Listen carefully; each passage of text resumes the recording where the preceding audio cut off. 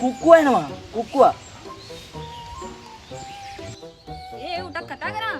ඒ කුක්කුව ඒ වරෙන් ඒ කුක්කුව. වරෙන්.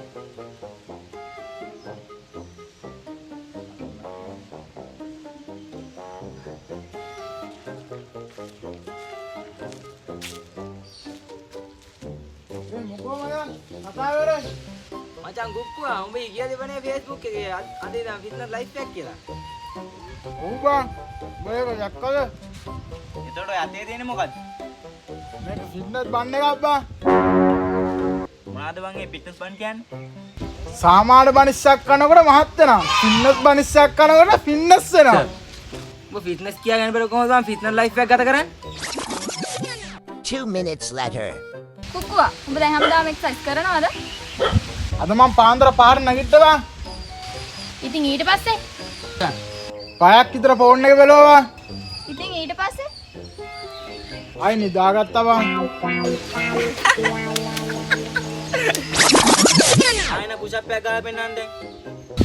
අයියෝ ඔක සුළු වැඩක් බං. ආයෙ නම් මේක ටිකක් අල්ලගෙන ඉල්ල වෙන.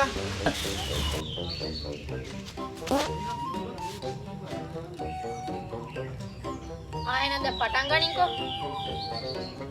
මම පටන් අරන් තියෙන්නේ බං. මා හිතින් පුෂප් කරන්න ඕයි. අනේ මූ ගහන පුෂප්. කුක්කුව මොනවාද බං මේ මල්ලේ තියෙන්නේ? ඕක මගේ බිස්නස් බෑග් එක ඕයි. කියන් බං.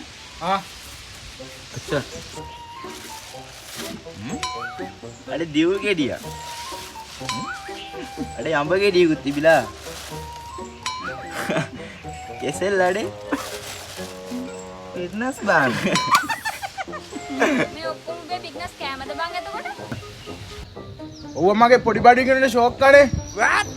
අනේ බං අපි දන්නේ නැද්ද උඹේ පොඩි බඩගින්න ගැන නේද බං? අපිව subscribe කරන්න අමතක කරන්න එපා.